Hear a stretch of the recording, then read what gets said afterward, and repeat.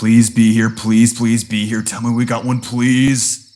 Galvax muttered to himself. He sifted through crate after crate, searching for something. I swear if Mother skipped out on getting what I asked for in this much shipment, I'm leaving her to fight the next invasion herself. He threw a box to the side and inhaled in wonder as he spotted a gigantic rectangular crate. Galvax pried open the crate with his giant hands and tossed its lid away. He dug through the straw covering his prize, praying that it would be what he was hoping for. He reached down into the crate and brushed his hand against rough, cylindrical metal. Mother, I love you sometimes, he said happily to himself. Thank you so much for finally getting me my... He stopped in mid-sentence as he pulled out the metal object. Javelin, he said, disappointed. Damn it! When in the world am I going to get my axe? He threw the weapon towards one of the walls of the small bunker he was in, and it stuck, wobbling up and down as its kinetic energy dissipated. Galvax had been wanting a giant axe for a little under a year now. He stomped out into the night air, frustrated.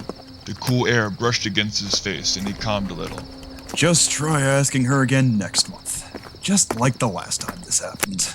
There was a lot Galvax was good at. Sword fighting, hand-to-hand combat, strategizing at a moment's notice, but being patient and refraining from anger wasn't one of them. Calm yourself, Galvax. Don't get so worked up. He took a deep breath in and choked on the air. Something rancid ran its way down Galvax's throat. What the hell was that? He turned his head in the direction of the smell and froze. I need everybody in the middle of the village, now! Galvax screamed. From every corner of every neatly built wooden building, people filed out into the darkness of the early morning. If it were anyone else, no one would have bothered to rise from bed at this hour. But Galvax had respect. He commanded, others obeyed. Being the leader of a battalion gave him that privilege. That, and with the way he could throw his voice, it'd be a poor man's excuse saying no one ever heard him. Galv? What the hell is this? Said Galvax's best friend Hugo as he spotted the dead body. Galvax ran his hand over his closely shaved brown head as he paced back and forth. They were looking at a dead body.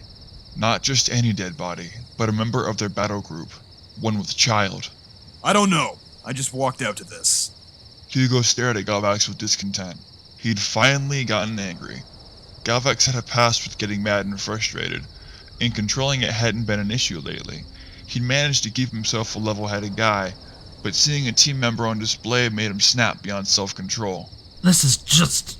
Hugo couldn't muster the words. Galv, I'm sorry.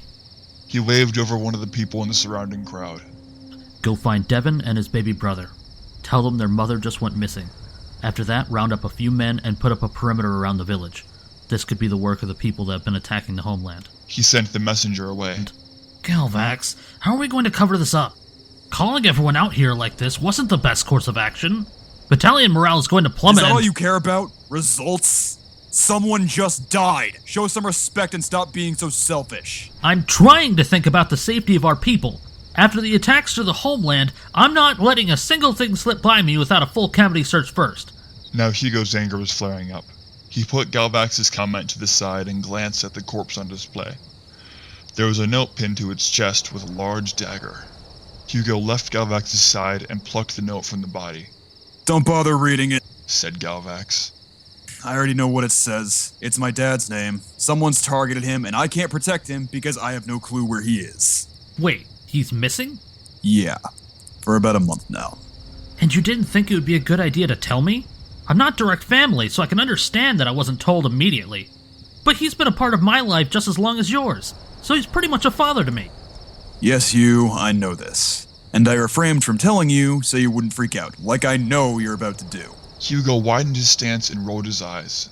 A few seconds passed before Hugo gave in to his anxiety.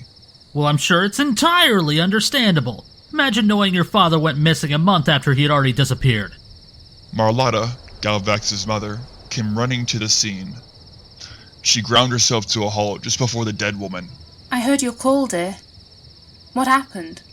Galvax exhaled in relief. Thank Tails you showed up. Hugo was about to go on a rant again. Hugo scoffed. The call was about that. Galvax pointed to the dead body on display. Marlotta looked at it blankly. She'd been in more war than anyone in the battalion. and dead bodies didn't faze her. It took her a moment to notice the note that Hugo dropped. She picked it up and put a hand to her mouth. She started to tear up but choked back the tears. Face gone blank, Marlotta set the note back on the dead woman's body. Galvax, She said flatly. we need to leave. Now, grab your things and be ready in 25 minutes. Why? Is there somewhere we need to be? Marlotta pulled Galvax to the side. I might have an idea of where your father is, but we need to see Xavier first. Galvax smiled. Good. It's been a while since we've had some good news. Already 2 horses and we can go whenever. He stopped walking, mid-sentence, and stared, frozen, in one direction. Galvax, what is it? What did you see? Galvax's instincts were always on point. Marlotta loved that about her son. But it scared her sometimes. She knew what every gesture meant, and freezing in place meant he saw something bad. Galvax scanned the area and almost immediately noticed a dark hooded figure out of the corner of his eye. Whoever is out there, show yourself! Everyone looked around. There was no one to be seen.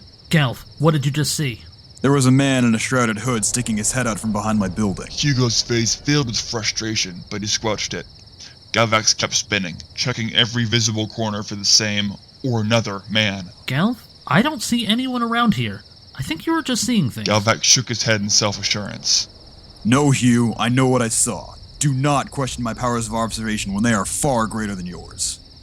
Galvax shot a quick glance at Hugo. You're my best friend, and I love you like a brother, but I am still your leader. Do I make myself clear? Hugo stayed silent. I said, do I make myself clear? Hugo continued his noiselessness as he turned around to face the spot where Galvax spotted the shrouded man. He gulped and slowly stretched a shaking fist out in front of him. Hey, Galv. Hugo's voice quivered. You ever had someone tell you to do something for them? With an ultimatum where the outcome would be death either way? That statement shook Galvax. He fully faced Hugo and tugged him around by his shoulder so he could see him, eye to eye. What the hell are you going on about, Hugh? Hugo's arm was still outstretched in the same direction. He turned the left side of his fist upwards and stuck his thumb out. Galv, I'm sorry. Hugo turned his thumb down and a giant whip lashed out of the darkness, crashing in between the two of them, sending them both flying in opposite directions. Hugo, what is going on? Galvax screamed. Galvax was sent soaring into the weapons depot behind him. His back broke the face of the building and he landed abruptly through the opposite side of the structure. Through the hole he just made, he could see a disgusting, skinny creature, dripping black tar and holding Hugo up by his throat with a colossal whip that had just struck between them. Hugo was dangling, unconscious. Fear for his best friend stilled in Galvax, but he squelched it and went straight into action. He grabbed as many reliable weapons he could carry to fight, but he still couldn't find his axe. Once armed, he proceeded to examine the beast. It was enormous, at least 2 stories tall and dripping black ooze that smoked upon making contact with the ground. He followed the demon up with his eyes and met its whip. Nothing was holding it. The whip was erecting from the beast's upper back like a tail mounted upside down. Its hands were sharp and thin, like razor blades. Its head was draped by a dark hood, concealing all but its heavy chin and cutthroat teeth. The beast roared and, to Galvax's surprise, spoke directly to him with what sounded like multiple voices in one. Galvax Securi, your father has committed crimes against this land under the rule and watch of ruler Cayman. His time for penance has come. You have 3 days to bring him to the court of accusers. Failure to do so will result in your people's extermination, starting with your father. The beast turned its head directly to Hugo and clicked its snake-like jaws. In the meantime, we'll be taking this one as ransom to make sure your job is done. You have limited time, Securi. Do not fail. The beast raised Hugo's unconscious body above its head and stretched its mouth wide open.